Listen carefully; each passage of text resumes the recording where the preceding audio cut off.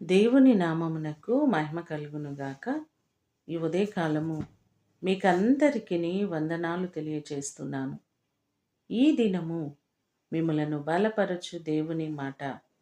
ఆయన మిమ్ములను గూర్చి చింతించుచున్నాడు గనుక మీ చింత యావత్తు ఆయన మీద వేయుడి. మొదటి పేతురు రాసిన పత్రిక 5వ అధ్యాయము 7వ వచనం. దేవుడు మీ గురించి ప్రత్యేకమైన శ్రద్ధను కలిగి ఉన్నారు కాబట్టి మీ కుటుంబాల్లో ఉన్న ప్రతి పరిస్థితిని గురించి చింతించవలసిన అవసరం లేదు. మత్తయి సువార్త 6వ అధ్యాయము 31వ వచనంలో చూస్తే, ఏమి తిందుము, ఏమి త్రాగుదుము, ఏమి ధరించుకొందుము అని చింతింపకుడి, ఇవన్నీ మీకు కావలెనని మీ పరలోకపు తండ్రికి తెలియను. కాబట్టి మన అవసరతలు, మన ఇబ్బందులు, మన కొదువలు అన్నిటినీ ఎరిగిన దేవుడు ఆయనే.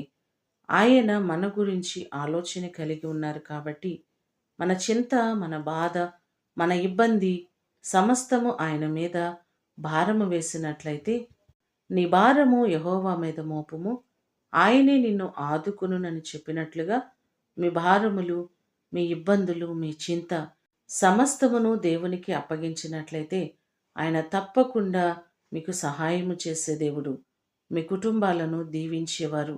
ఈ మాటలు వింటున్న మీకందరికీ దేవుడు తోడయ్యుండి మీ సమస్యలు, ఇబ్బందులు వాటన్నిటి నుంచి దేవుడు మిమ్మల్ని విడిపించి ఆయన మిమ్మును ఆశీర్వదించునుగాక. ప్రార్థన చేసుకుందాం. పరలోకమందున్న మా తండ్రి, మీ పాదములకు వందనాలు, స్తోత్రాలు. మీరు మా గురించి ఆలోచన చేస్తున్నారు, మా గురించి శ్రద్ధ కలిగి ఉన్నారయ్యా. నీవు మాత్రమే మమ్మలను నడిపించే దేవుడవు, మాకు సహాయము చేసే దేవుడవు. మా చింత యావత్తు నీ మీద మోపుతున్నాం. ప్రతి సమస్య నుంచి విడుదలను, సహాయమును మీరు మాకు కలుగ చేయండి. మా ప్రియులెల్లరినీ మీరు దీవించి ఆశీర్వదించుమని యేసు అతి ఘనమైన నామమున అడిగి వేడుకొని పొందియున్నాము తండ్రి. ఆమేన్. దేవుడు మిమ్ములను దీవించునుగాక.